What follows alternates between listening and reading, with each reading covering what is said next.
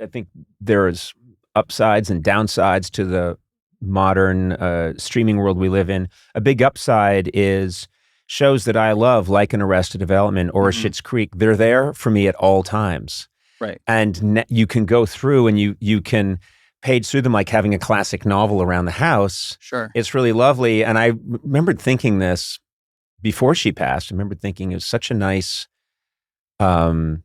thing for Catherine to have that role during that last decade of her life, where she was playing someone who was beloved. Because people love the character, and they're really getting to see yet another way that she's really funny.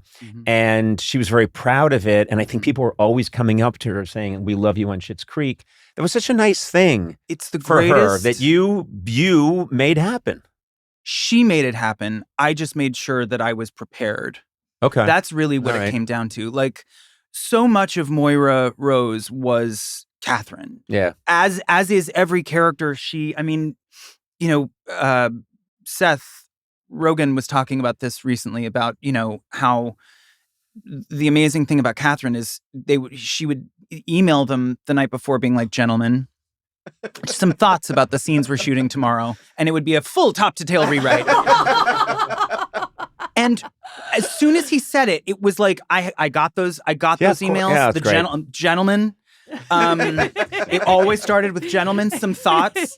And then it was an unbelievable rewrite of the scene. And that is what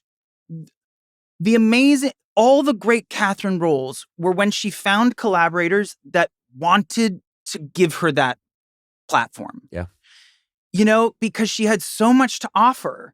And she was the way that she thinks is so on another level that as a writer, you can't get into her head. So all you can really do is set the table, wait for the email, "Gentlemen, some thoughts," read the scene and say, "Fuck yeah," and like, just be prepared. Sure. She told me how she wanted to look on the show. My job was to make sure that in a wardrobe fitting, we had everything that would excite her. Well, this I have to break in because you just brought up a topic that came to my mind, which is the wardrobe for the show was, a star of the show as well. Sure. And it always reminded me a little bit of Gilligan's Island, where the premise was these people get together for a 3-hour tour. A storm hits, they're washed up on an island. And every time you see the Howells, they're wearing these absurd different outfits. And they just said, yes, they brought a trunk of their clothes with them on a 3-hour tour. And it was a trunk that was like out of Hogwarts. It was could infinite. last for years. There's Belgian armor in there. There's Shakespearean garb. That's right. Every single thing you would ever need. And I remembered having that thought about Schitt's Creek, which is they had money. And then lost it, but got to keep every piece of clothing and somehow store it in a motel. Very small that was motel. often booked up. Yeah. So in our mind, all of their clothes were stored in the upstairs above the lobby of the motel. But also, I love... That's how we rationalized it. I love that you do seem to me like someone who does his homework. I'm sure you were doing all of the character work and figuring out down to the smallest detail. Well, but to that point, those clothes did so much of the character work for us. Yeah.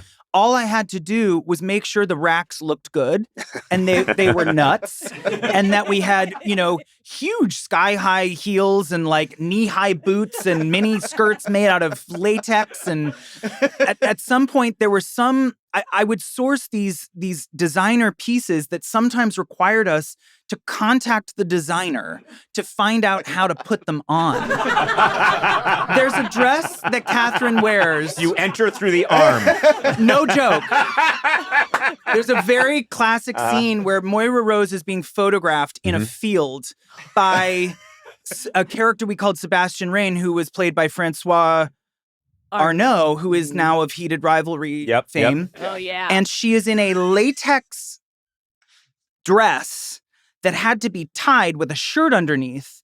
And we couldn't figure out how to tie the latex because putting a tie around latex is like rubber rubbing against rubber. Yeah. So at one point, there were like 4 people around Catherine, like one with a foot on her back, one trying to tie the latex.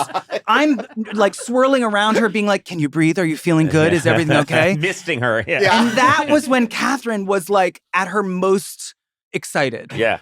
When the costumes were so insane that it took 5 people to put them on, and then boots that were laced up that took 10 minutes, and then she'd walk onto set. You would hear kind of gasps from the crew Yep. because they never knew what she was going to show up wearing and looking like, depending on the wigs as well. And it was the joy of seeing Catherine excited. There is no greater joy for me. But also, I mean, you got to wear great stuff. I wore a lot of drop crotch pants, and they were all really comfortable, actually. So that's all you can ask for. I mean, wearing double-faced cashmere in the dead of summer in Toronto outside was tough, but I won't complain about it. We all pay our dues. That's exactly it. I always heard that Sarah Jessica Parker owned, like, her deal when she was making Sex and the City was she gets to own all the dresses, and that they're in a massive warehouse somewhere and she owns them all. And I was thinking, I hope you had that deal with Schitt's Creek. Are you fucking crazy? Do you understand how little that show cost? We had to sell every piece of clothing to pay off the debts that the show had, even in our 6th season. Wow. We got no cash. It was like slim pickings from the very beginning, and then incremental sort of, I think it's like a standard 15%, whatever it is, that your budget can increase.